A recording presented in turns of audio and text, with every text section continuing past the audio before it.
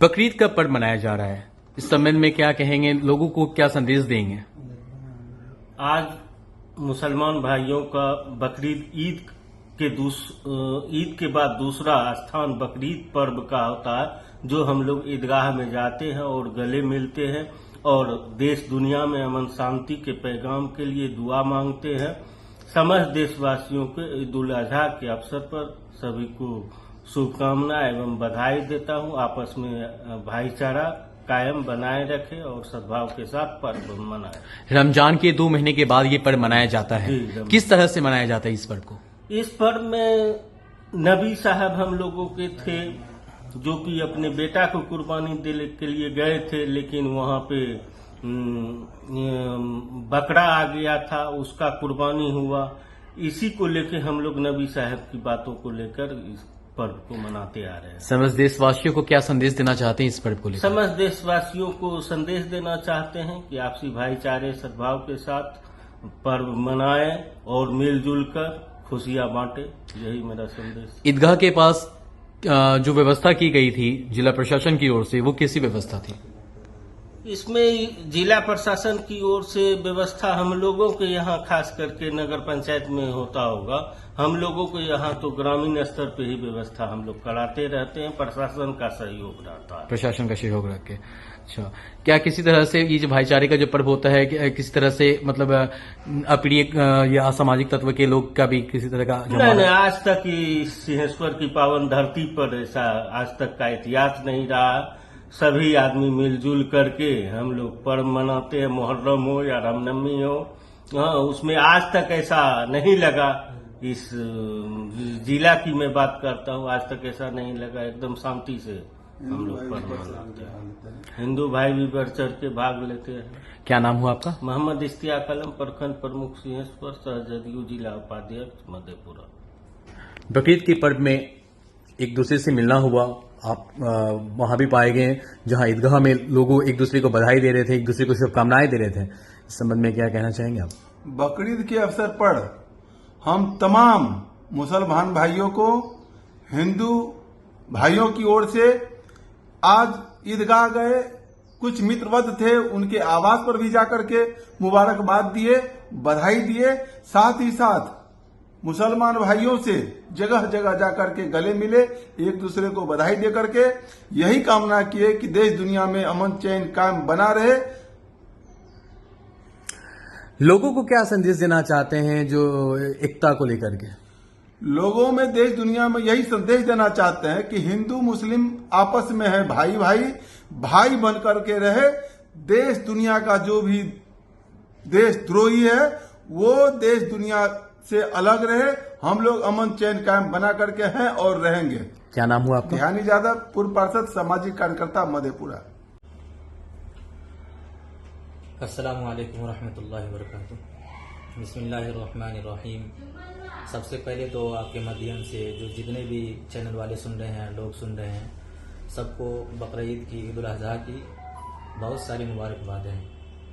ये ईद उल अजहा जो मुसलमान मनाते हैं, ईमान वाले मनाते हैं, कुर्बानी यह हज़रत इब्राहीम अलैहिस्सलातु वस्सलाम की यादगार है, उनकी याद में मनाते हैं और शुरू से ही मनाते हुए आए हैं। और अल्लाह रब्बुल इज़्ज़त ने कुर्बानी जो है हर मजहब में है, कुर्बानी जितने भी आसमानी मजहब है, इसी तरीके से जितने भी मानने वाले हैं वह हर एक जो है किसी न किसी तरीके से कुर्बानी करते हैं। उनकी नौइयत तरीक़ा अलग अलग है और हमारे यहाँ जो है वो तरीक़ा अलग है। हमारे नबी सल्लल्लाहु अलैहि वसल्लम हमेशा से कुर्बानी करते हुए आए हैं। मक्का से जब मदीना हिजरत करके गए हैं वहाँ भी कुर्बानी की है और अल्लाह के नबी सल्लल्लाहु अलैहि वसल्लम ने ये बताया है कि यह कुर्बानी, सहाबा किराम रिज़वानुल्लाहि ताला अलैहिम अजमाइन ने पूछा था कि मा हादिहिल अज़ाही या रसूल अल्लाह, ये कुर्बानी क्या है, कुर्बानी हम क्यों करते हैं? तो अल्लाह के नबी सल्लल्लाहु अलैहि वसल्लम ने फरमाया, सुन्नतु अबीकुम इब्राहीम, ये तुम्हारे बाप हज़रत इब्राहीम अलैहिस्सलातु वस्सलाम की सुन्नत है, उनका तरीक़ा है। फिर उन्होंने पूछा कि या रसूलल्लाह सल्लल्लाहु अलैहि वसल्लम फमा लना फ़ीहा, कि हमें इसमें क्या मिलेगा, यानी इसमें उनका तरीक़ा है तो हमें इस पर क्या अजर मिलेगा, क्या सवाब मिलेगा? तो अल्लाह के नबी सल्लल्लाहु अलैहि वसल्लम ने फरमाया, लिकुल्लि शाअरतिन हसना, कि हर बाल के बदले में तुम्हें एक नेकी मिलेगी। یعنی جانور کے اوپر جتنے بال ہوتے ہیں ان کے بدلے میں ایک نیکی ملتی ہے. اور قربانی کی فضیلت یہ ہے کہ زمین پر خون گرنے سے پہلے ہی اللہ رب العزت ان کی قربانی کو قبول کر لیتے ہیں، ان کی مغفرت فرما دیتے ہیں، ان کے گناہوں کو معاف فرما دیتے ہیں. اور حضرت ابراہیم علیہ السلام کا واقعہ ہے. یہ قربانی ان ایام میں انہی کی یاد ہے، انہی کی یاد تازہ کی جاتی ہے کہ ابراہیم علیہ السلام نے بڑی قربانیاں دی ہے. اور اس موقع پر ابراہیم علیہ السلام نے اپنے بیٹے کی قربانی دی. یعنی بیٹے کو اپنے خواب میں دیکھا، اللہ نے خواب میں کہا کہ تم اس پیاری چیز کو ذبح کر رہے ہو. تو ان کے پاس جو جانور تھے وہ ذبح کیے، پھر دوبارہ پھر خواب میں آئے. تیسری مرتبہ میں اپنے بیٹے سے کہا کہ میں نے خواب میں دیکھا ہے کہ میں تمہیں ذبح کر رہا ہوں. انی ارا فی المنام انی اذبحک فانظر ماذا تری. تمہاری کیا رائے ہے؟ قرآن کی آیت ہے. وہ کہتے تمہاری کیا رائے ہے؟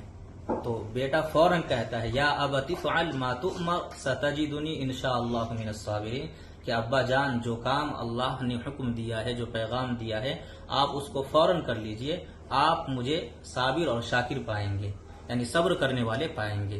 تو ابراہیم علیہ السلام نے اس خواب کو پورا کیا. اللہ تعالیٰ کو مقصد کیا تھا؟